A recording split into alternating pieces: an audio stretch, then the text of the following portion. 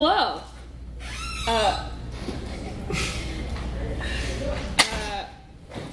Thanks for coming to my talk. It's called Adoptable Goats Near Me. What I Googled the year I became a developer.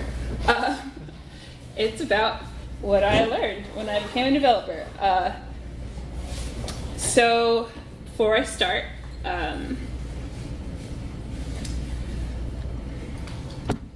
my name is Kimana Fox, and I work at a company called Bootcamp. We are a kind of full-service shop. We do everything from like design and development and analytics and marketing. So that's where I work, and it's pretty great. So let's start. Kimana. Well, that's me. And if you Google me, that's what it gets. Back in 2016, this is kind of more indicative of what you got when you Googled me. If you Google my full name, there's more like professional things, because now I work for places that have like SEO. But before, it was just kind of like spattering of things. There's a Bandcamp page, an IMDb page, just some random stuff, and all of it is me. Even the face cream that is relevant to me. Thanks to my great uncle and his very unique naming skills. So back in 2016, I was on a completely different trajectory. I was working as a teacher overseas. After I graduated college, I just jumped right into that. I was in France, and then I was in China, and towards the beginning of the year, I had actually signed a 2-year contract to go design a curriculum for an international school in Beijing, which was really cool and really exciting. I've always been in love with languages and all that jazz. So how do I get from on my way to China and going to go develop a curriculum that has nothing to do with programming to where I am now as a back-end Drupal developer? Well, in 2016, my mother was diagnosed with stage 4 ovarian cancer. So my life kind of made a sharp pivot. At the end of the year, she passed, and I took custody of my then 9-year-old sister. It was kind of it was a trying time. And there was a lot going on. And so you might be thinking, well, why on earth would you trick us with adorable pictures of goats and then just hit us with children's books about terminal illness? Well, for a few reasons. Chronologically, it's the thing that happened first. It's the first relevant thing. It's also hey, if we start here, we can really only go up. And I guess more importantly, to bring us to this first point, that there is something to learn from every experience. Now, what I am not saying is that you should distill your trauma into swirly Pinterest-style images. Not saying that. But what I am saying is that when I talk about learning, I'm talking about gathering knowledge and getting information. And that doesn't need to be just summed up in a little saying. It can be just information about yourself or a situation.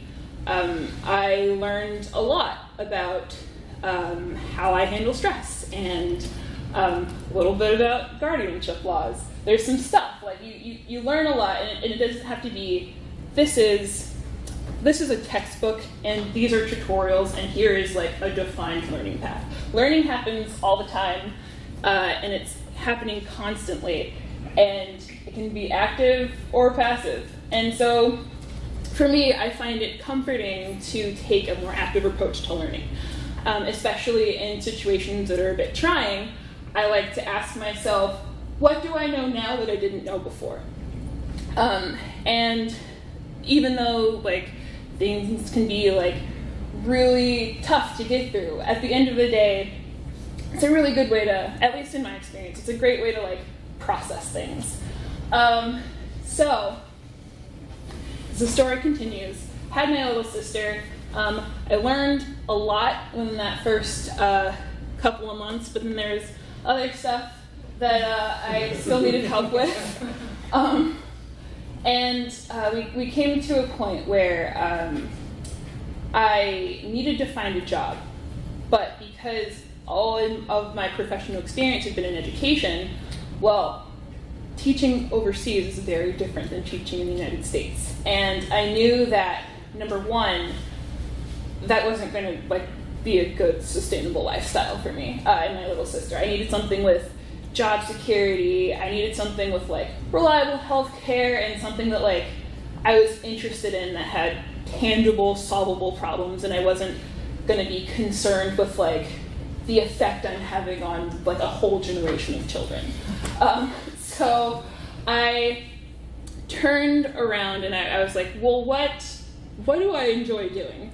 And I had made some small like little video games here and there, and I'm like, well, programming is kind of fun. I like solving problems. I like languages. Learning programming languages is like learning spoken languages, except you're just learning how to talk to your computer. I'll do that. So I started looking into coding bootcamps. And some of them seemed more promising than others. But at the end of the day, I ended up going with a boot camp called Dev Bootcamp. They are now defunct, but when I was going through it, it was great. And in that boot camp, we learned, it was primarily focused on Ruby with some like HTML, JavaScript, CSS kind of. But that was kind of what it was structured like. So, while going through this program, it was total, for me, 18 weeks. It's a lot. It's like I think it was like 16-hour days, kind of just like sitting in front of a computer, pair programming, trying to figure out like just how to be a developer in a very, very, very tight, high-pressure environment. And so to get through that, I had to kind of like tap into my, I'm an educator and I know how learning works. And so some of the techniques I ended up using are like a couple of points. Context is very important.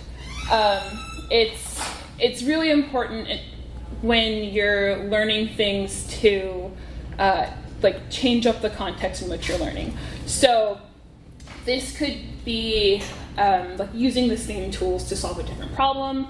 It could be something as simple as like one day you listen to music and one day you don't, and one day you like build a pillow fort in like the back corner of your coding school so that you can be like isolated but so that a lot of sunlight.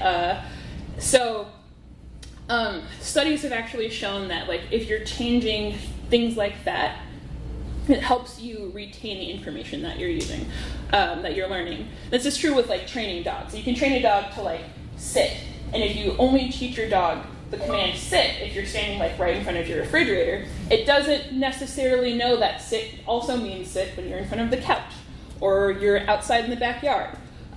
So it works the same way, where if you're reinforcing this information in various places with like various different stimuli, your brain has an easier time recalling that information.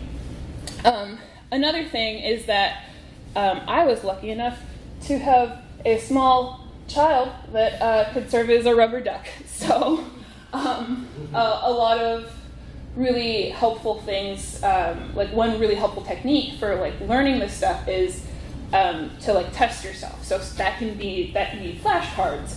When you're programming, it can be like, okay, well, I'm using a template, but I'm gonna like try to type this out without looking, just to make sure like I remember the parts, even though like day to day I'm gonna like probably just reuse code that I've already written.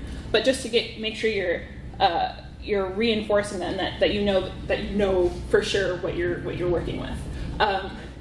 The great thing about children is that they have short attention spans and they have smaller vocabularies, and they also have no shame.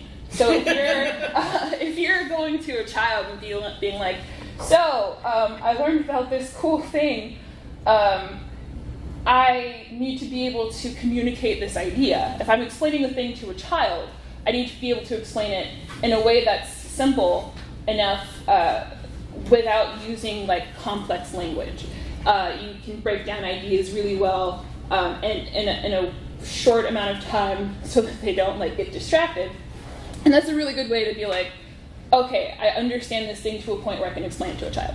So that was another really, really helpful thing. So if you have kids and you're like doing that, oh, what did you learn at school today? That's actually really helpful for them, because if they can explain it to you, then it kind of reinforces that stuff that they're learning.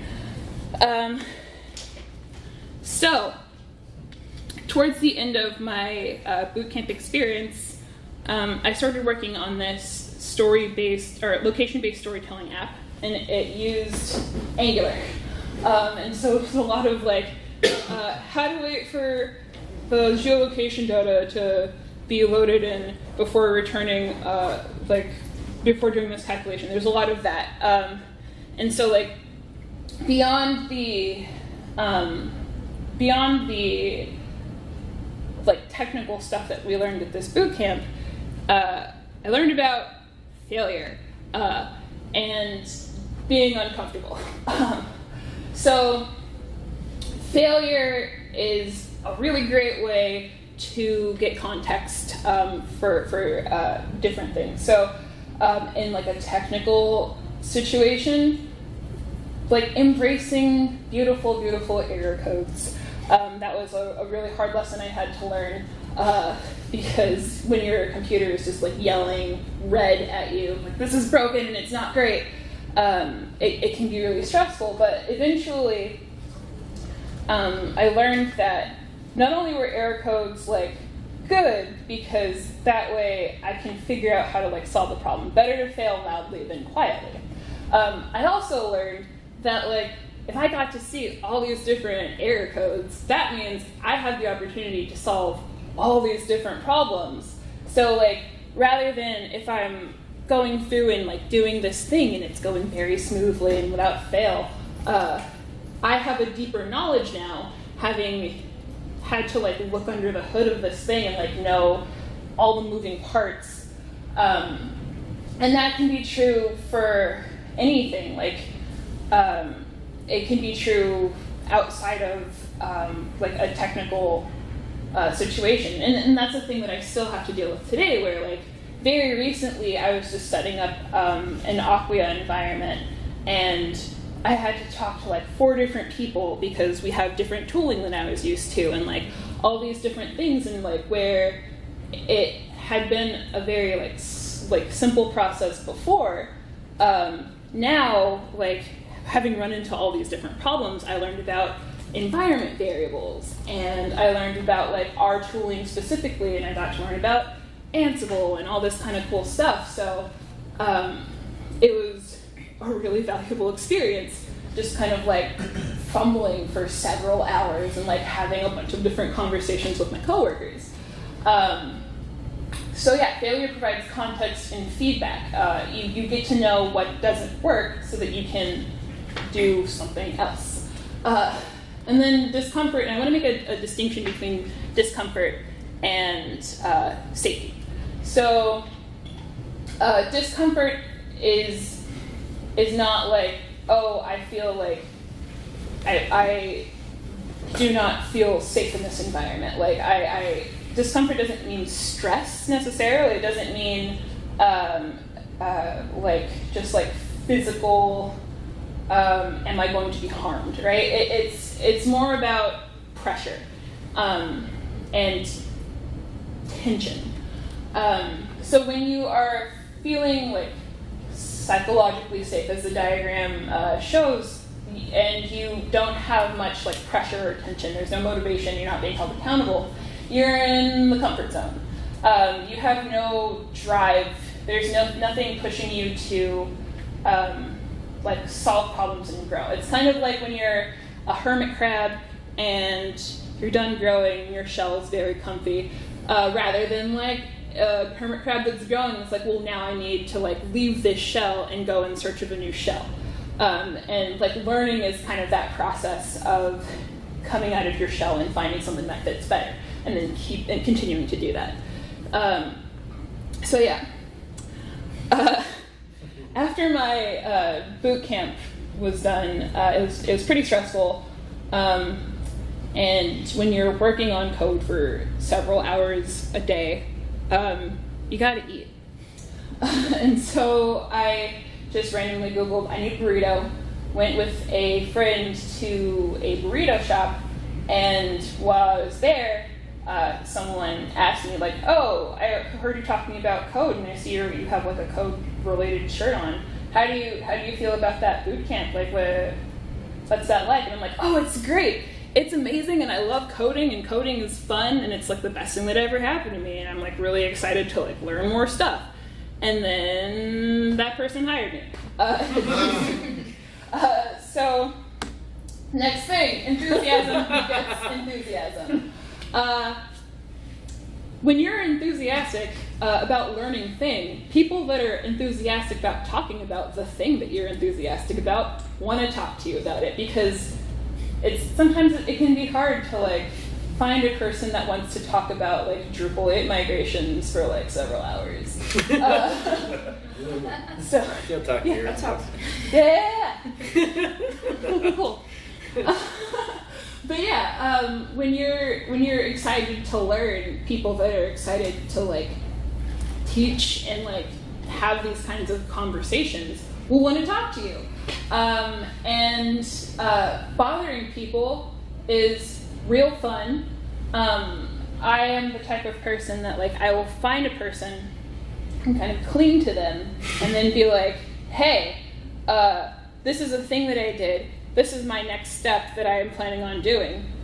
What do you think about that? And then they'll be like, yeah, cool. Or like, have you considered this? And then like those kind of collisions happen where you get to like pick the brains of other people.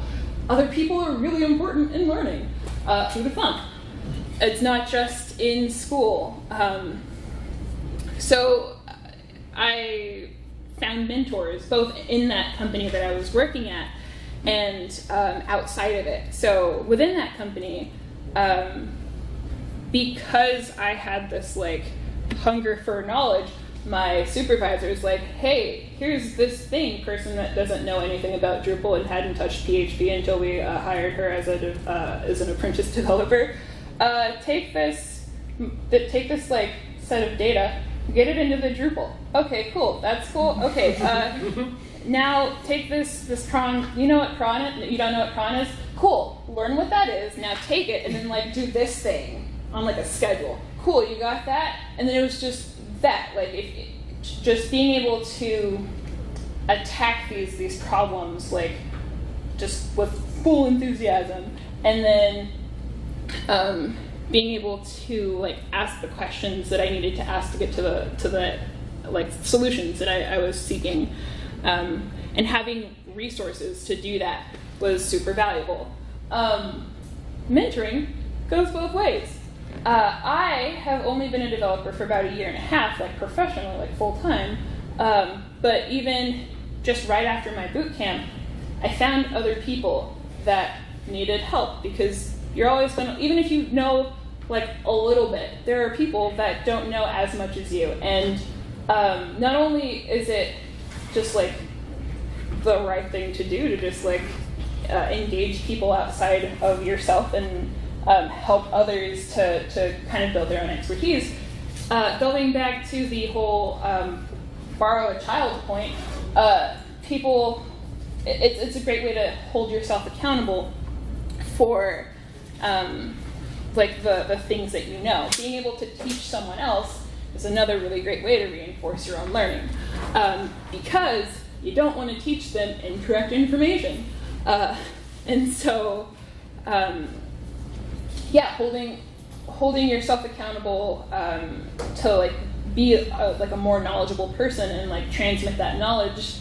It's a great way to push yourself, even if you're not in a position where you're like actively doing something at work and you like need to be like on the cusp of emerging technologies, you're still kind of pushing yourself to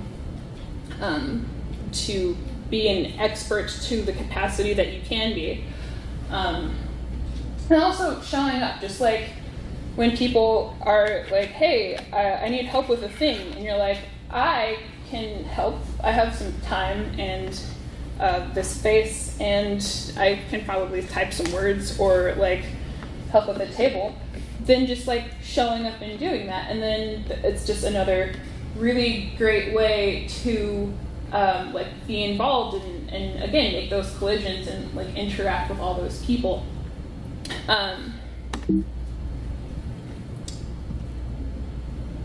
So yeah.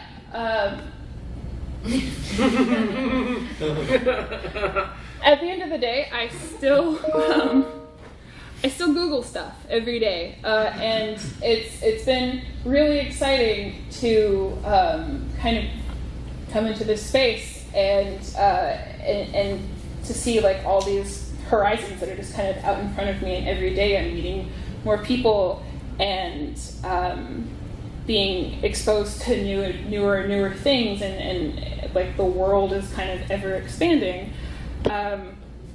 So yeah, in conclusion, that and yeah, this went really, really fast. Does anyone have any questions? Yes. Is your younger sister interested in what you're doing? She is to some degree. I keep trying to push her I keep leaving coding books and like putting videos on like the YouTube stream, like they're there, but she is more interested in being a civil engineer. Yeah. So she's just like, yeah, I think I just want some more blocks and like, can you send me to like math camp, because like I need to learn some stuff. So yeah, she's like marginally interested, but she has her mind set on engineering, buildings, and being an architect and that kind of stuff. So how did goats fit into all this? Did I miss the goat reference? No, I did not talk about the goats. So I mean, like, secret door into the goat story. Well, when you're sitting at home and you had planned on going to China and you're like, what can make living in the States bearable? Well, you know what's real cute? Goats in pajamas. And I would love a goat in some pajamas running around my house, kicking over objects because they just like to parkour off of furniture. So yeah, it was just a kind of rambling thing. Essentially what happened is like Google released, they had their like, hey, guess what? If you use this thing, you can look at all the things that you've ever searched. You look at your history of like what we've been watching you do on the internet. And so I was just kind of browsing through there because I've fully submitted to the Google overlords. They run everything in my house, and it's probably a problem, but whatever. And I saw this kind of like story emerging just like with random things. It's just like garbage, garbage, garbage, garbage. Oh, wait, that's a thing. I can like tie this to like an event that happened in my life. And so, yeah, I was very seriously considering adopting a goat for a very long time. One of many pets that went through the cycle, and I just ended up getting another dog. But and you were going to keep this goat inside of your house? Well, ultimately the plan was to get like land and then get like one of those big white dogs that they have like in Looney Tunes. Eventually I settled on like alpacas. I would like to have a couple of alpacas, and then I can shear them and then knit sweaters. Can you knit? I can knit. I have some echidnas if you're interested. I got a bunch from Drupalcamp last year, and I kept throwing them at my sister, and she did not appreciate that. And then the dogs got a hold of them, and then it's like probably. Who do you work for again? I know you mentioned it at the top. Bounteous. So they. Oh, that's for sure. Yes. And what is it? A digital agency or? Yeah. here in Florida? Chicago, but they also have offices all over the country and also now in Canada. So it's more than just Drupal. It's Drupal and other. Yeah, so we do Drupal, Adobe. We have like a really robust like design department. They do like analytics and insight, marketing stuff. Like it's a lot. There's a lot of. How many employees? I believe there are close to 400 now. They went through like it was a big year last year where there were a lot of like really important acquisitions. So yeah, it's growing, and like I'm really excited for some of the stuff that we're going to be doing in the future, because I think we picked up a lot of momentum. So yeah.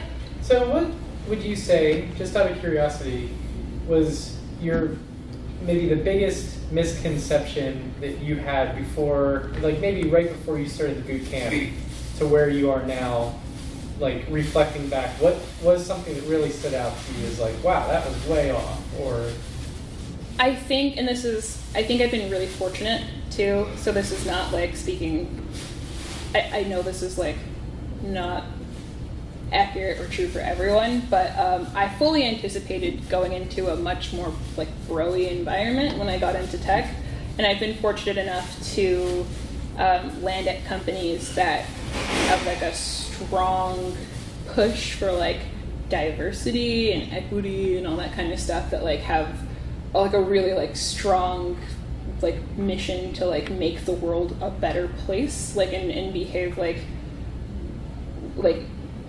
capitalism is a thing, but like if we can just like not hurt people while we do it, that's cool, and even better if we could like help people. So I've been really fortunate in the environments that I've been able to work in, because like I've always felt super valued as like a developer. I've always felt like my opinions have been valued. There are a lot of horror stories, and I think also like coming into Drupal was just like a huge boon as well, because the community here is so rich, and everyone's just like, hey, be a part of this, you want to be my friend, let's go like do cool stuff and drink coffee and all that kind of stuff. So yeah, I think I've been really fortunate, and I know that's not true for everyone, but I was definitely scared, and like I had my like, oh, I gotta like fight for stuff really hard when I get in, and I've been really, really lucky in that respect. That answers your last slide right there. That's how you end your talk, with that answer. That's a great answer. Cool. Yeah. Yes. Have you met Kevin? Because he's from Chicago and runs Midcamp. Yeah, so I'm actually like helping with Midcamp. That's awesome. So yeah, I haven't really talked to him much in person. It's just mostly like during the meetings, and I'm very He's not quiet very during friendly. those. I think that's the one thing I need to like get better at, just like saying words to people in person, and yeah, not like shaking in my boots every time I have to have a conversation with people. Yeah. Are you coming to the after party? I am. Because that's a great time to get to know people outside of the coding and the sessions, is to go bowling with them, right? And just hang out with them, and you can even remember them from that, interaction that you had.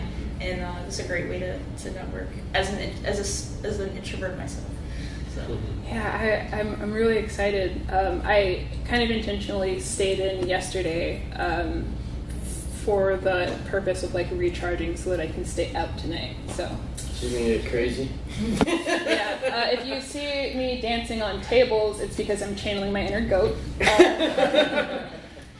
I'm gonna go nuts. I'm gonna stay up till like 9:30 tonight. I don't know if you're ready for that, but that's my goal. the world is not ready for that. Yeah.